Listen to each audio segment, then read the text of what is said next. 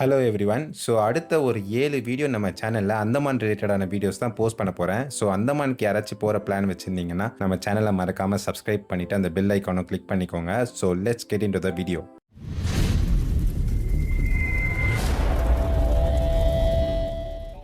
So day 1ல் morning 7:30க்குலாம் சென்னையிலேருந்து ஒரு ஃப்ளைட்டை பிடிச்சி போர்ட் பிளேருக்கு போயிட்டோம்.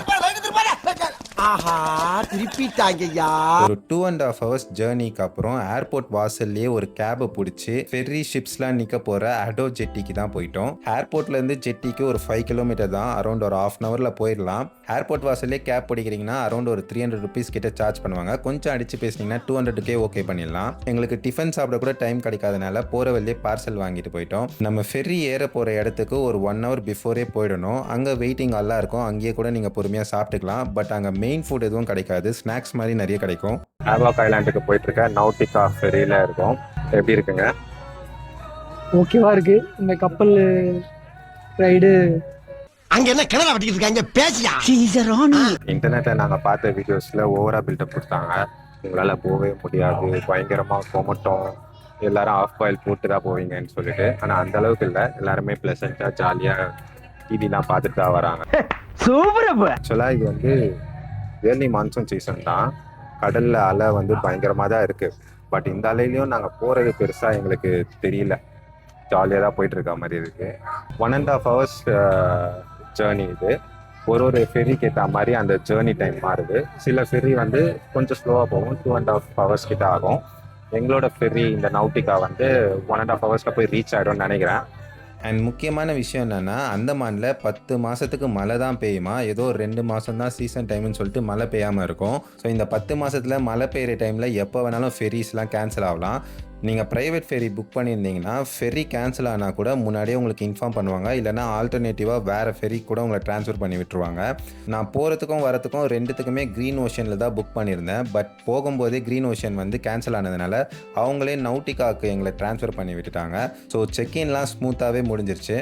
ஸோ இதே மாதிரி நாங்கள் ரிட்டர்ன் வரும்போது க்ரீன் ஓஷன் ஃபெரியில் வளைச்சி வீடியோ எடுத்தேன், அதை அப்லோட் பண்ணும்போது அதையும் பார்க்க மறந்துடாதீங்க. இந்த ஷிப்பில் வந்து விண்டோ பெரிய விண்டோ கொடுத்துருக்காங்க, அதனால வியூ சூப்பராக இருக்குது. கீழே மேலே ஓப்பன் டெக்லையும் சரி, கீழே வந்து நார்மல் டெக்லையும் சரி, விண்டோ பெரிய விண்டோவாக இருக்கிறதுனால வியூ பயங்கரமாக இருக்குது.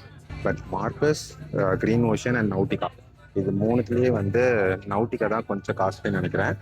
செகண்ட் வந்து மார்க்கஸ், அதுக்கப்புறம் க்ரீன் ஓஷன் தான் உங்களுக்கு சீப்பஸ்ட் ஆப்ஷன். இவனுக்கு மைக் கொடுத்தேன், பேசவும் மாட்டேறான், ஒன்றும் பண்ண மாட்டேறான். என்னடா பண்ணுறேன்? இதெல்லாம் பேசிட்டு வேண்டாம்.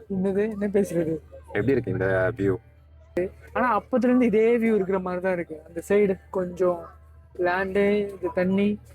ஃபர்ஸ்ட் டைம் கொஞ்ச நேரம் பார்த்துட்டு போர் அடிச்சிடும். ஏன்னா மொத்த ஜேர்னியே சேம் வியூ தான், புது வியூ ஒன்றும் பெருசா வரல. சேம் அதே தண்ணி, அதே இது.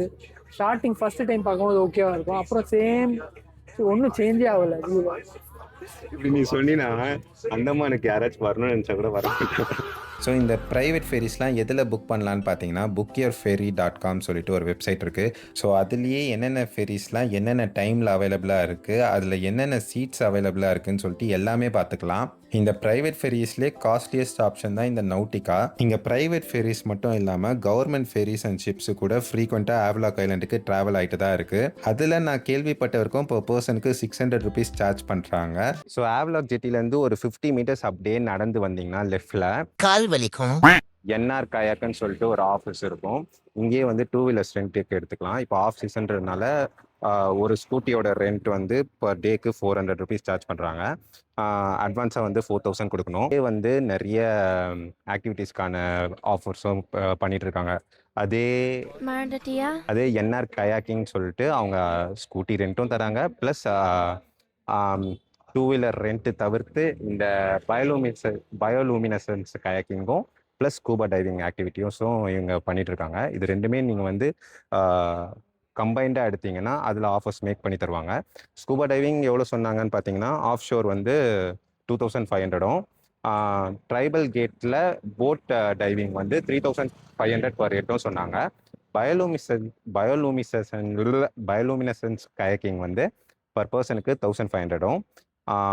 சப்போஸ் இது ரெண்டுமே சேர்த்து எடுக்கிறதா இருந்தால் ஸ்கூபா டைவிங்கில் ஒரு 3000 பண்ணுறேன்னு சொல்லியிருந்தாங்க. நான் அந்த சார்ட்டை உங்களுக்கு காட்டுறேன். அதை பார்த்துட்டு அதுக்கப்புறம் நீங்கள் பண்ணலாமா வேணாமான்றதை யோசிங்க. நாங்களே இப்போ அதான் யோசிச்சுட்டு இருக்கோம். இன்னும் ஒரு 2-3 கடையில் விசாரிச்சுட்டு லைக் ஸ்கூட்டி இங்கே தான் ரெண்ட்டுக்கு எடுக்க போகிறோம். இது இல்லாமல் மற்ற இங்கேயே பண்ணலாமா இல்லை வேறு எங்கேயாச்சும் பண்ணலாமா அப்படின்னு சொல்லிட்டு பார்த்துட்டு இருக்கோம். ஹெல்மெட் வந்து இங்கே மஸ்ட்டு. மோஸ்ட்லி ஸ்கூட்டி எடுத்துட்டோன்னா நம்மளுக்கு ஈஸியாக இருக்கும். முன்னாடி நம்ம லக்கேஜ்லாம் வச்சுக்கலாம். ஸோ இந்த ஸ்கூட்டியும் தான் நாங்கள் எடுத்திருக்கோம். ஸ்கூட்டியோட கண்டிஷன்ஸ் வந்து நல்லா தான் இருக்குது. அது எப்படிடா தொட்டு பார்த்தே கண்டிஷனை சொன்னேன். ஓகே, ஸோ என்னென்ன ஆக்டிவிட்டீஸ்லாம் இருக்குன்னு சொல்லிட்டு பார்ப்போம். ஆக்சுவலாக இங்கே இருக்கிற ஆக்டிவிட்டீஸ்லாம் வந்து எலிஃபென்ட் பீச்சில் நடத்துவாங்க. அது வந்து தேர்ட் பார்ட்டி நடத்துறது. இவங்களே பண்ணுற ஆக்டிவிட்டி வந்து கயாக்கிங் அண்ட் வந்து கயாக்கிங்கே வந்து mangrove kayaking, bioluminescence kayaking, sunrise kayaking இது மொத்தமாக சேர்த்து தான் வந்து இயர்லி மார்னிங் 3 o'clock போயிட்டீங்கன்னா 7 வரைக்கும் இந்த ஆக்டிவிட்டி நடக்கும். இந்த கயாக்கிங் ஆக்டிவிட்டி இது பர் பர்சனுக்கு 1500 rupees சார்ஜ் பண்ணுறாங்க. இதோட ஸ்கூபாவும் பண்ணுறாங்க. சும்மா ரைட்ஸோட ப்ரைஸ்லாம் பார்ப்போம். பனானா ரைட் வந்து 600, ஜெட்ஸ்கி 1000, டிஸ்கோ ரைட் 600, அதுக்கப்புறம் கிளாஸ் பாட்டம் போட் வந்து 1000. அப்புறம் 6 seater சோஃபா இது எல்லாமே வந்து பனானா ரைட் மாதிரி தான். அதோட சைஸ் மட்டும் மாறும். ஜெட்ஸ்கி வந்து 1000. இதுவும் பனானா. ஸ்நார்க்லிங்கோட ப்ரைஸ் போடல. மேபி அதான் அந்த போட் எடுத்திங்கன்னா ஸ்நார்க்லிங் சில பேர் ஃப்ரீயாகவே தருவாங்க. சீவாக் வந்து 3800, பேராசைலிங் வந்து 3500, சப்மரின் 3500. ஓகே, இவ்வளோதான் கைஸ். ஹேவ்லாக் ஐலாண்டில் ரெஸ்ட்னெஸ்ட் ஹேவ்லாக்ன்ற இந்த ஹோட்டலில் தான் 2 நாள் நாங்கள் தங்கியிருந்தோம். இவங்க ஆம்பியன்ஸ்லாம் ரொம்பவே சூப்பராக இருந்துச்சு. அண்ட் ரூம்ஸ் 4 பேர் தங்குற மாதிரி காம்பேக்டாக இருந்துச்சு. அகோடாவில் சீப்பஸ்ட் ஆப்ஷனில் எதனா ஒரு ரூம் பார்க்குறீங்கன்னா இது ஒன் ஆஃப் த பெஸ்ட் ஆப்ஷனாக இருக்கும். வாழைப்பழம் சாப்பிட்டுட்டு இருக்கேன். ஓரளவுக்கு டீசெண்டான ரூம் தான். நல்லா டீசெண்டான ரூம் தான். நாங்கள் கிளம்பி ஆகிட்டோம். ஒரு குயின் சைஸ் பெட்டு. அங்கே வந்து சிங்கிள் காட் பெட் தான். ஆனால் 2 பேரும் படுத்துக்கலாம். அது இல்லாமல் எக்ஸ்ட்ராவாக கீழே வந்து காட் கொடுத்தாங்க. 2 இதுக்கும் இந்த ஃபங்க்ஷன்ஸ்லாம் வெளியே அவுட் சைடுக்கு ஒரு பெரிய கிளாஸ் வச்ச மாதிரி இது வார்ட்ரோபு.